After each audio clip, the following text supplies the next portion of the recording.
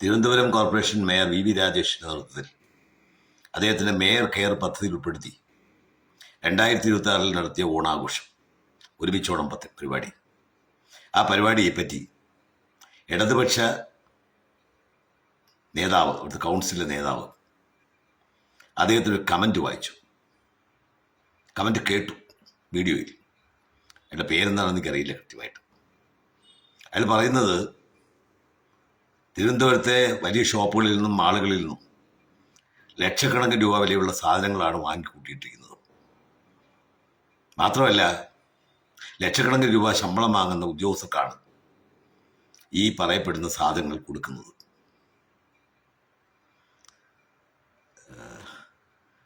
ഈ പറഞ്ഞ വ്യക്തി അദ്ദേഹത്തിൻ്റെ പാർട്ടിയിൽ 45 വർഷമായിട്ട് തിരുവനന്തപുരം കോർപ്പറേഷൻ ഭരിച്ചവരാണ്. ഒരിക്കൽ പോലും അവർക്ക് ചെയ്യാൻ കഴിയാത്ത ചില കാര്യങ്ങളാണ് വി രാജേഷ് കുറഞ്ഞ കാലയളവ് കൊണ്ട് തിരുവനന്തപുരം കോർപ്പറേഷൻ ചെയ്യുന്നത്. അത് കണ്ട് അസൂയ മൂത്തുപ്പോൾ എന്തൊക്കെ പറയണം, എങ്ങനെ പറയണം, താൻ പറയുന്നത് കേട്ടാൽ മറ്റുള്ളവർക്ക് എന്ത് തോന്നും, അല്ലെങ്കിൽ ജനം എങ്ങനെ പ്രതികരിക്കുമെന്ന് പോലുമുള്ള ചിന്താശക്തി മരവിച്ചുപോയ ഈ ഇടതുപക്ഷ നേതാവിൻ്റെ ജൽപ്പനം യഥാർത്ഥത്തിൽ അദ്ദേഹത്തിനോട് ചോദിക്കാനുള്ളൊരു ചോദ്യം. ഏകദേശം 600ഓളം ജീവനക്കാരാണ് തിരുവനന്തപുരം കോർപ്പറേഷനിൽ ജോലി ചെയ്തത്.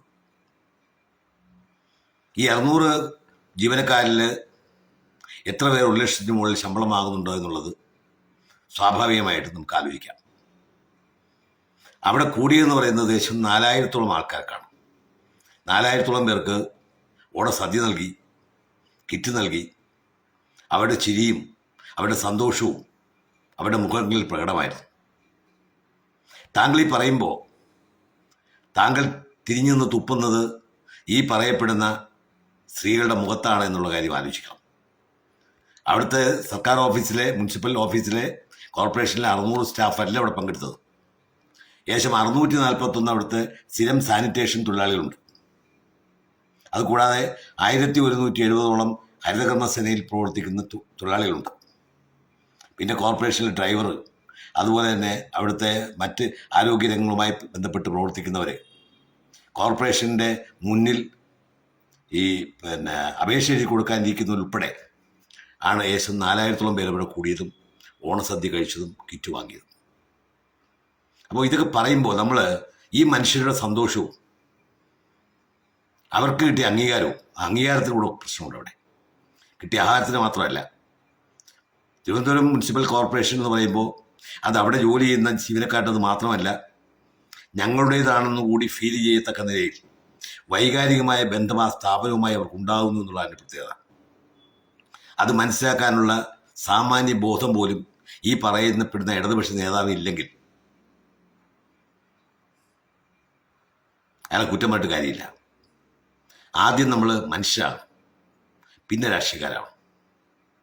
ഒരാൾ നല്ലത് ചെയ്യുമ്പോൾ, നല്ല അനുഭവങ്ങൾ മറ്റുള്ളവർ കിട്ടുമ്പോൾ, അത് കിട്ടുന്നത് കണ്ടിട്ടും അതിനെതിരെ വെറും രാഷ്ട്രീയത്തിന് തിമിരം ബാധിച്ച കണ്ണുകൊണ്ട് മാത്രം നോക്കുകയും അതിനെപ്പറ്റി അഭിപ്രായം പറയുകയും ചെയ്യുമ്പോൾ അത് അതേ പുച്ഛത്തോടെ ജനം എഴുതി തള്ളുമെന്നുള്ളത് ഇനിയെങ്കിലും കമ്മ്യൂണിസ്റ്റുകാർ മനസ്സിലാക്കിയില്ലെങ്കിൽ